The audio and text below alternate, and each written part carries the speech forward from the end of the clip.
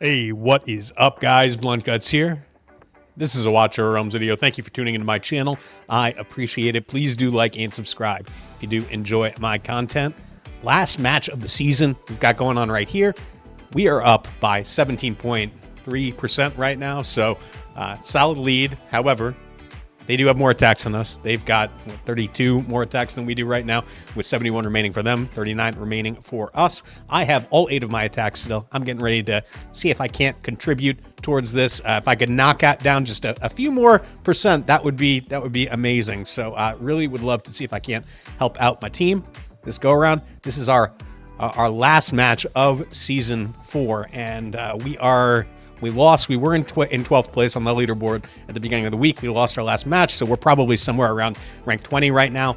It's hard to say. Obviously, we don't get the calculation until the end of the week. What I do know is that if we win this one, we are almost certainly going to stay in Overlord. So we really need to pull this one out. Need to hold strong. It looks like we are winning by a pretty significant margin, but if they crack some of our defenses and they get a bunch of wins, then this could get close real quick. So we got to hope that we can hold on here, and I'm going to see if I can't make it just that much more difficult for them. So without further ado, let's get to the fights. All right, guys, we're going to start off with a central keep. Maximize the points, hopefully, assuming I can get it down. So this one's a little tricky, right? You know, you've got Constance in there, and she is always kind of a weak point. She increases attack, obviously, in this case, just for Praetus. But beyond that, she's just not a great healer, you know, and when she's in her ultimate window, she does absolutely no healing. So no matter how you have her built, unless you've got the exclusive artifact, which from what I know, I actually have it. I got it a couple weeks ago. I haven't really had a chance to use it, but from what I've heard, it's really not all that great. It doesn't really do enough to make it seem worthwhile. So, yeah, we're going to try to, I guess, manipulate 2 things here. One, Constance's ultimate window. We're going to try to hit Regulus when she is ulting. And then we are also going to try to mode switch Ingrid so that she's not shooting her beams when we're sending our tank busters, our shadowcasters, and axolotls in. So to start off, we're going to wait until 10 costs. Then I'm going to drop in a Pharaoh Guard on the frontmost tile in the upper right-hand corner. He's going to path forward. He's going to take a bunch of hits. He's going to die at 10 cost again. We're going to keep an eye on Praetus' ultimate because we don't want that to hit our tank busters. But we're going to send in a Axolotl and Shadowcaster combo, probably on the front 2 deployment tiles on the right-hand side, but depending on where Praetus' ult is, I may shift that and deploy them on the back 2 instead. But we'll see how that goes. They're going to go forward. Hopefully, they'll get there before Constance's ult ends, or they're able to just get a couple hits. One swing from the group should bring Regulus down close to dead, or at least trigger that unyielding, I should say. Then we're going to basically do the same thing all over again. Wait till 10 costs, drop in a Pharaoh Guard, trigger ultimates again, drop in another set of axes and shadowcasters, just keeping an eye on the ultimates to make sure that we're not putting the tank buster group in danger. And that should hopefully kill Regulus, because that second group should arrive while Constance is in the middle of her second ultimate. After that, we're going to drop in double Necros, followed by a speed booster. Necros should go forward. They should clear everybody else out. And then the speed booster should allow them to kind of get into the soul crystal before the timer runs out. It's going to be a little tight. Heavy damage obviously could derail this. So we're going to have to wait and see. But we won't know till we get in there, right? So let's get in there. Let's do it. Let's see if we can't make it happen.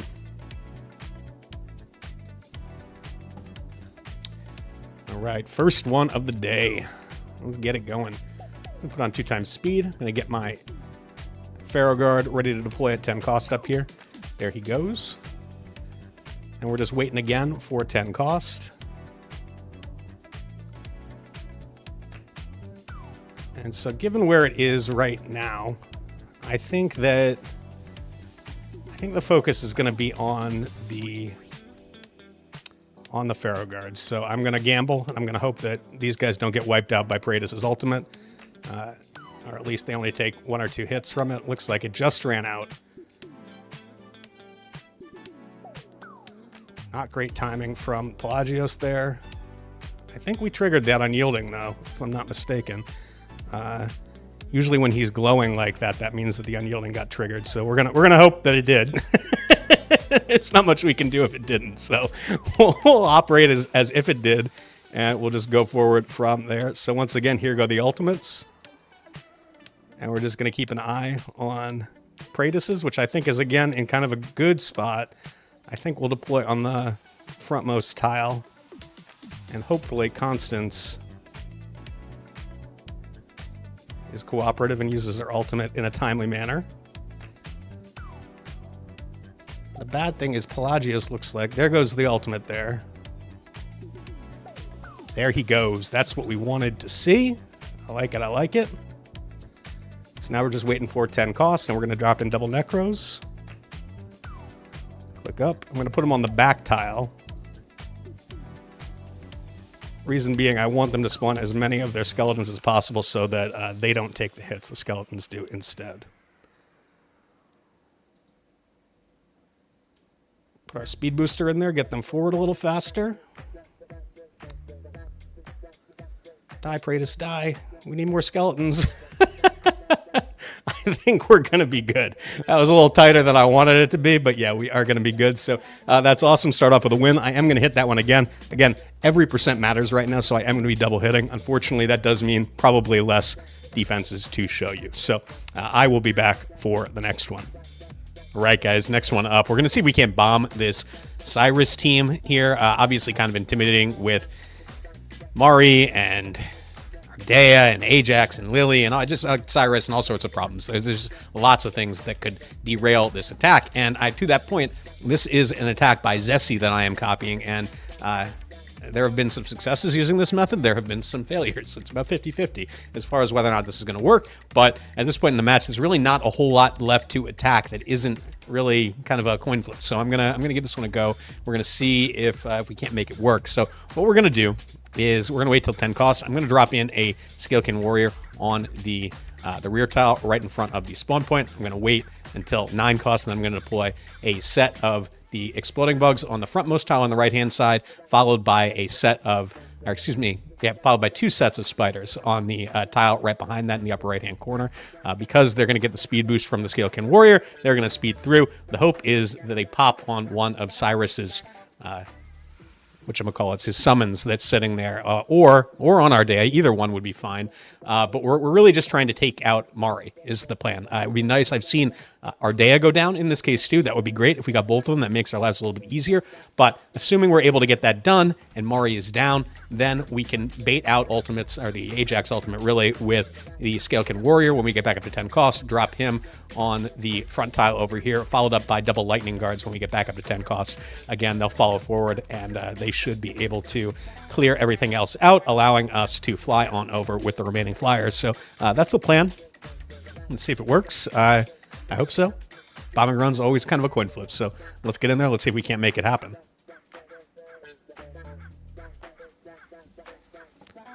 All right, so first things first. I'm going to wait till 10 costs. I'm going to drop in our Scalekin Warrior. He's going to start pathing on forward. And then I'm going to slow it down. And then when we get up to close to 9, I'll start clicking and get ourselves right on 9. With any luck, there we go. 1 and 2 and 3. And now we just hope that RNG is on our side. And it is. We got both of them. That's excellent to see. Love it. I love it.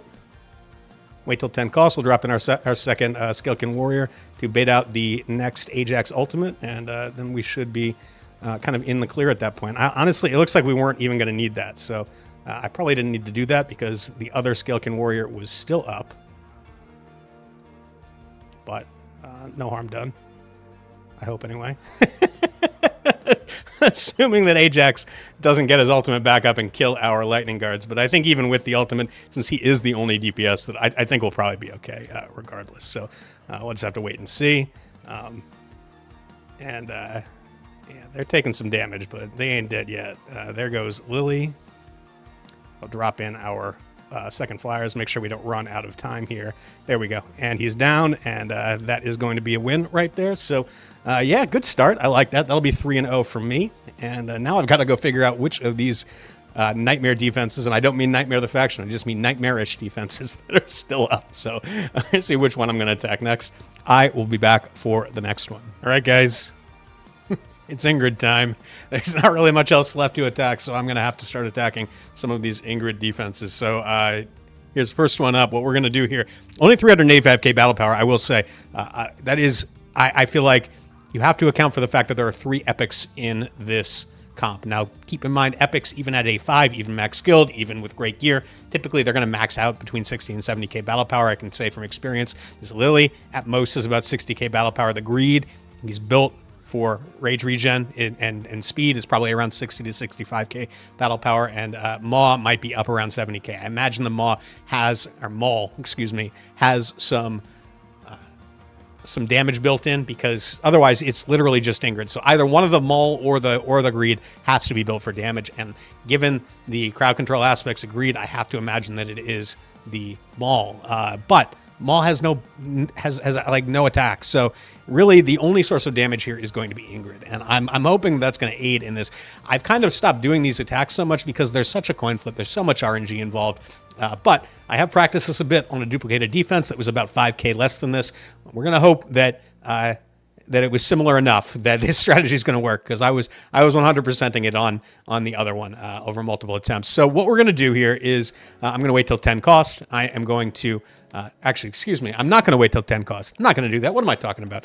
I am going to, at the break, drop in a set of Axolotls, the hope being that the Axolotls are able to pop the Brokkir unyielding. That would be wonderful. More likely what's going to happen is Lili is going to step in and use her Thorny Protection passive and save him from fatal damage, and the unyielding is not going to get triggered. But I think it's worth the risk to give it a try, and I've been beating it whether or not that happens. So I'm just going to take a chance here, and we're going to see. What I have noticed is that something about the timing of doing it this way rather than sending in Maw immediately is better. It works out better this way. I think it probably has something to do with the timing of the Lili passive combined with ultimates from Greed and from Maul. So hopefully it's going to net the same result here. So we're going to drop in Axolotls right at the get-go. So I kind of circle back to the beginning here. Drop in Axolotls right at the get-go. We're going to hope they pop the unyielding. Even if that doesn't happen, we're going to wait till 10 costs. We're going to drop in a Fool on the tile right in front of the spawn point. He's going to path forward. In the bottom right-hand corner, we will have 9 costs, and I will drop in Maul, which will freeze the Fool in that corner, and Maul will path forward, start beating on Brokkir. I'm going to wait until we get to 10 costs. I'm going to drop in a second Fool to just further buff Maul, but I think, honestly, what's going to end up happening is that Fool is going to start buffing the Axolotls that I'm going to drop immediately after that, both of which are going to be on the front tile, by the way. So the hope is that they are going to be able to chew through Brokkir, and because there is not a ton of DPS in this comp aside from Ingrid, they're going to be able to live long enough to work around whatever hasn't been triggered at that point. So, we'll have to wait and see how it actually works out in the actual match. But I'm hopeful. We'll see. We'll follow up with lightning darts at 10 cost after that. We'll send in dogs to finish it off. This is all contingent on being able to get down Brokkir. If Brokkir doesn't go down, this is not going to be a win. So let's get in there. Let's see if we can't make it happen. All right, so first thing I'm going to do is click on Brokkir as soon as the match starts. There we go. Drop in our Axolotls here, and we're going to hope that we get some good RNG and that we proc that unyielding. That is what we need. That's what we want. Nope. We got the Lili, so that's okay. It is what it is. We'll wait, and we will drop in our Fool at 10 costs. There we go. And now we're just waiting for 9 costs. I'll slow it down when we get a little bit closer. And so we're just waiting. Drop in Maw here. Maw's going to go forward. And hopefully he's going to be tanky enough to deal with all of this. So he needs to survive for a while here. And we need the Fool to do its job. Hopefully Ingrid is going to mode switch, and that kind of enables things a little bit here. That helps us out a lot, because the Fool should not be taking damage until he passes forward a little bit further. And Ingrid mode switches again. So now we're just clicking up. We'll drop in our second Fool here. And then we're going to drop in Axolotls right afterwards. And we're going to hope and we're going to pray that they can get in, they can kill him.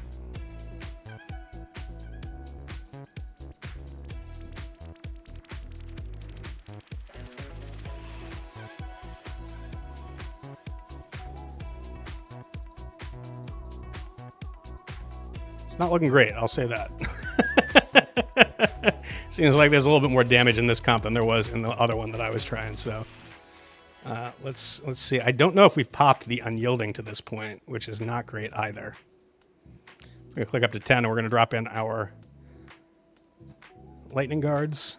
And maybe in combination with Maul, they can take down Brokkir. We did not pop the Unyielding, so that is not good. That is not good at all. I think that probably means that this is a wipe, unfortunately. But unless in conjunction they can get him down, and they can't. There goes the Thorny Protection again. Yeah, that didn't work out like we wanted it to. So that is too bad. It is what it is, I suppose. We needed some more damage on the Brokkir in order to take this down, and it just wasn't there. So I'm going to quit out of this. That is a loss, so 3-1 so far. I will be back for the next one. All right, guys, after much deliberation, I am going after this team right here. 504,000 battle power. Nightmare team. This is kind of like a throwback comp, honestly. We were seeing this defense very meta in Season 1 and Season 2. I guess somewhat in Season 3 as well, but I feel like at that point they'd started to get power crept, and this bombing strategy had kind of been figured out against teams like this. So this became a little less in vogue. We're going to see if we can't use a throwback strategy to take on the throwback defense. So we're going to try to do a bombing run on here. I'm not confident it's going to work, honestly, because the battle power is just so high. I have to imagine this is an A5 Arrogance. Abomination probably has a bunch of Awakenings as well, but you never know. Bombing runs are always kind of fickle, so the strategy could be sound and it might not work. So let's see what happens here. So what we're going to do, we're going to immediately, as soon as the match starts, I'm going to click on Torodor. I'm going to drop in a Fallen Templar on the frontmost tile. He's going to path forward. He's going to start triggering our ultimates. We're going to wait until we get up to 10 cost, drop in another Fallen Templar on the front tile. And then we're waiting for 10 cost again. And then we got to keep an eye on Arrogance's rage. Everybody else's ultimates should be ticking at that point, and they should be below the level by the time Arrogance gets up to about 650 rage. That's when we're going to drop in double Exploding Bugs on the tile right in front of the spawn point. We're going to drop in double Spiders on the frontmost spawn point in the upper right-hand corner. As soon as we get up to 6 costs, they're going to path forward, and they are going to overtake the Bombers right around the time that they hit Torodor. The reason we're timing it out this way, and I'm watching Arrogance's rage, is because I need to make sure the Arrogance is not ulting when the bombing run kind of gets to basically the tile, one tile below, or 2 tiles below Torodor, really. As soon as they cross into the tile that's right in front of Torodor, that is when Arrogance is going to be able to hit them, and we can't have that happen while his ultimate is going. We can deal with it otherwise, but he's going to just tear them to shreds if they arrive when his ult is up. So we're going to keep an eye on that, and then we are going to hopefully we get Hatsut down. If we get really lucky, we might be able to get Arrogance and Elowyn as well. That would be amazing, really. Or if we could just get Hatsut, that's, I think, what we'll need. We can deploy double Neckers at that point, follow up with double Dogs after that. We should have plenty of time to push past. Hopefully the Necros are taking up block on Abomination, and then the Dogs go through, and they can either just get into the Soul Crystal, or they can kill Arrogance, or one or the other. That is the hope. Let's see if we can't make it work. Let's get in there. Let's see if we can't make it happen. You can tell I'm not super confident this is going to work, but there's not a lot of good options to attack right now, so I figure may as well give this one a go. So we click on Torodor. We're going to drop in our Fallen Templar right on that front tile. There's a lot of RNG in this, and honestly, just because I don't know how much higher the damage is going to be on this comp versus the one that I tested on, we're just going to have to kind of wing it and kind of be conscious of what's going on in the match. And how the ultimate timers are really just on Arrogance. That's the one that we need to be concerned about the most. Let's see, he's at 278 right now. We're pushing up. Abomination is ticking. We need both Abomination and Torodor's ultimates to be down below 20 seconds. Torodor only has 11 seconds left. Abom has 14 seconds left, so we're good on that front. It's really just this Arrogance ultimate that we are waiting for here. So 557. I'm just going to click him all the way up to 650. There we go. That's close enough. Drop in 1 and 2 Exploders. A little bad on the timing there. Make sure the second one deployed. It did. And then we're just watching the rage, or the cost counter over here on the right-hand side. I'm going to click up to close to 5. Close to 6, excuse me. And I'm just going to sit here. I'm going to wait until it's 1 tick away. Right there. Drop in the second one right there. Make sure they both deploy.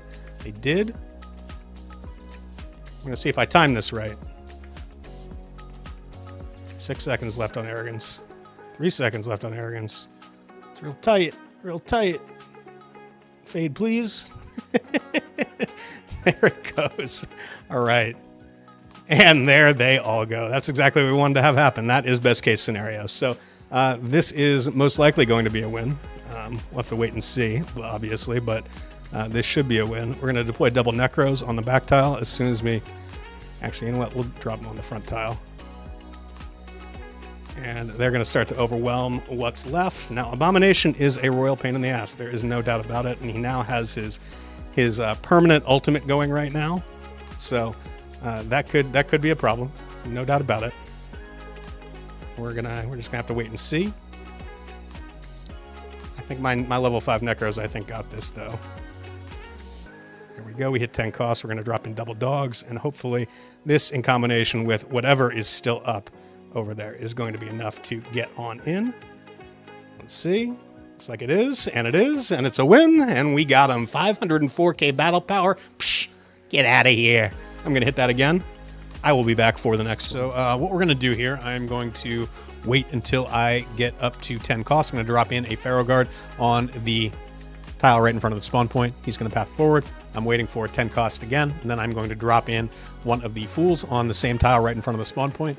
He's going to path down. Going to get in the bottom right-hand corner. We'll have 9 costs at that point. I'll drop in my Maul. Maul will path forward, start pounding on the Cyrus. And then we're going to drop in a set of Axolotls at 6 cost. I am going to follow up with that. Well, I should say that should be enough to take down Cyrus based on the replays that I watched. I'm going to follow up with double Necros after that, but there's a good chance that the remainder are just going to walk on in anyway. So we'll have to wait and see. Obviously, RNG can play a role, but I think we should be able to get this done. 430k battle power is relatively low for a team like this. So I think we'll be all right. Let's give it a go, see if we can't make it happen. Move myself over so you can see. So we're waiting for 10 cost here. I'll just get my Pharaoh Guard ready up here. Drop him in. He's going to go forward. He is going to pop all of the ultimates. Get my Fool ready up here again for when we get back up to 10 cost. There we go. And then I'm just going to wait until we get to 9 cost to drop in our Maw. Slow it down now.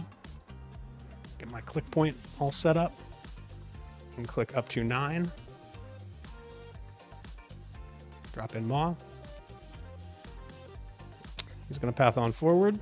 And hopefully I'm going to start railing on that Cyrus.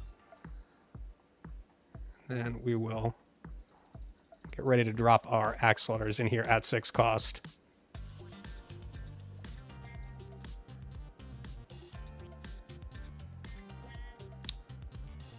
He should wind up and do his tank buster thing right about now. And there goes Cyrus. That's what we like to see. We'll wait for 10 costs and drop in our Necros, see if that ends up being necessary. Looks like it might be, based on what I'm seeing. But the Necro should handle everything if these guys don't. So drop in our Necros. Oh, he's got a little shield on our Pharaoh Guard. Oh, that's right. Maw counts are 2. So I think we are going to be good regardless. But I think we would have been fine, honestly, with the Necros as well. Could have followed up. We had plenty of time, and could have followed up with another Pharaoh Guard if need be. But that is a win. Right. I'm going to be copying my guildmate Craigie's masterful attack on this defense. What he did, he waited till 10 cost. He dropped in a Fool on the tile right in front of the spawn point. Full path forward. At 9 cost, he dropped in a Pharaoh Guard on the frontmost spawn point. And, frontmost tile over here on the right-hand side. And the Pharaoh Guard path forward. The Fool started shielding him. You know the drill on that. Popped ultimates. Waited for 10 cost. Dropped in a Shaman on the tile right in front of the spawn point. And that one path forward. At 10 cost, he did double Lightning Guards on the frontmost tile on the right-hand side. Followed up by a Shaman at 3 cost after that. The Lightning Guards hopefully will go through. They will pop Ymiret. And then it'll be all she wrote, really, because then we're just dropping in another Pharaoh Guard to eat up some block, and then double dogs at 10 cost, being mindful of the ultimates, of course. So that is the plan. That's how it was drawn up. Let's see if I can't duplicate it. Let's get in there. Let's see if we can't make it happen.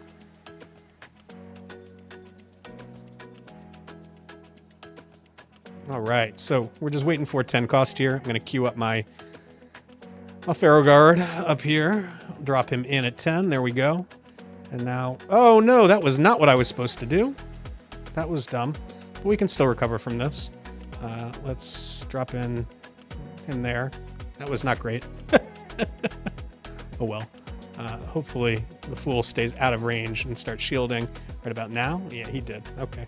Well, that was a little flub on my part, but I think we can still recover from this. So we will drop in our shaman. You know, sometimes I sit there and I explain it, and then I completely forget when I get in here. So drop in our shaman. We're going to wait for 10 costs, and then we're going to drop in double lightning guards, and hopefully they will stay alive. That's the hope. That's the only real rub here, is that my lightning guards, I think, are lower, like 2 levels lower than Craigie's, so I'm not 100% that they are going to live through this, but we will see.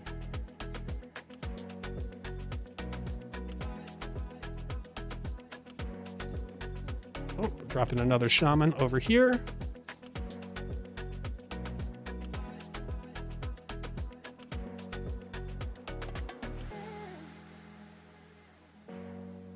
And they didn't, and that's not great. That is not great at all. So what we're going to do, we're going to wait for 10 costs. We'll drop in another Pharaoh Guard over here. We're going to wait for 10 costs, and one more round of ultimates, it looks like, probably. We're going to check and see where they're at, honestly. But it looks like we're going to have to wait for one more, because I don't want my dogs to get caught. Although we're running out of time, too, so I might just deploy them just because. I think I will. We're going to hope that they can run on by. Nope, they cannot. They cannot. And now they're caught in a whirlwind of bad. That's no good. Okay, well, that's a loss. So that's unfortunate. Very unfortunate, but ended up 6-2 on the day. Just going to let this kind of peter out at the end. And yeah, it is what it is. Thought I had that. Ah, well. 6-2. Not too shabby. I will take it. Now we got to wait and see what's going to happen with the rankings. It does look like we're going to win this one. We take a look at the screen here. We can see we are exactly 20% over them. They've only got 38 attacks left. I'm not sure exactly how much more percent keep wins count for as opposed to towered wins, but either way, they'd pretty much have to win literally every single one in order to even get close to us. And we still have 18 more attacks left as well. So we'd have to lose all of those, which I'm sure won't happen. But, you know, in any case, it is what it is. And it's a win, I think. But I will be back in a moment for you, but a day from me. And I'll talk about where we ended up on the season. Thank you all so much for tuning in. All right, guys. Season 4 is in the books. Let's go take a look and see how we ended up. Celestials, Arbiters, where do we end up on the leaderboard? You can't really see right there. I'll go down a little bit further than I thought we were going to be. I thought we were going to be between 10 and 15. We actually ended up right here at number 17, which is very solid. And I can't tell you how proud I am of my guildmates, the way that everybody kind of came together. We had a bit of a rocky start. The beginning of the season, we had just merged guilds with another guild in our cluster. I think it took a little while for everybody to get on the same page, but once we did, I don't know. I'm enjoying the guild more than ever. Really just kudos to all of my guildmates for all the hard work that has gone into to getting to where we are. So nice job, everybody. And take a look at the contribution rankings over here. We've got Rabid Goat in number 1, Buffalo Chicken number 2, and then my favorite kind of chicken, by the way, and little old Blunt Guts in number 3 over here. I ended up with 82 wins, 44 defeats on the season on offense, and then on defense, I went 73 and 33. I think it probably would have had a better win ratio on defense if I hadn't been in the Central Keep for the first half of the season or so. But still, 73 wins to 33 defeats is great. So honestly, that's a perfect spot to be, I think, as far as I'm concerned. And you can't put too much stock into these contribution rankings things. Rabbit and Buffalo are phenomenal players. Let me say that first and foremost. A lot of this stuff kind of depends on when you're attacking and all that as well. If you're attacking towards the end of the match, a lot of times you're attacking harder defenses. And earlier in the match, so all of this stuff is really just for fun. I wouldn't take this as gospel to say that, I'm the third best member of the guild or anything like that. I think there's a lot of folks that are a little lower down in the rankings that are better than me probably at this game mode. So just kudos to everybody. Really great job. Really enjoyed this season. It was a lot of fun. I'm enjoying the guild more than ever. I'm looking forward to season 5, and that's a perfect kind of transition right here. So in season 5, we've got that, I think in about a week is when it's starting, if I'm not mistaken. So what I'm going to be doing in this week off, it's not going to be a week off from me. I want to produce a new kind of suite of GvG videos for the new tower map, but I want to know what you guys want to see, ultimately. I'm certainly going to do some more range testing. I think that was important. I'll try to just do some general testing to see what works and what doesn't. I can hop on Forerunner. I can try the new map. And, of course, I think we're all going to have access to it tomorrow when on September 16th when the Season 5 kind of ramp-up period begins. So I think we'll all be able to start doing friendly face-offs and things like that. So I'm excited about that. But I want to produce content that you guys would find useful. So please sound off in the comments. Let me know what you think as far as what you'd like to see. And I will do my best to recreate it. So yeah, in any case, guys, thanks so much for tuning in. I do appreciate it. Please do like and subscribe. Appreciate you all coming on this journey with me throughout season 4, and I am looking forward to hopefully another successful season in season 5. So with that said, I will catch you all next time.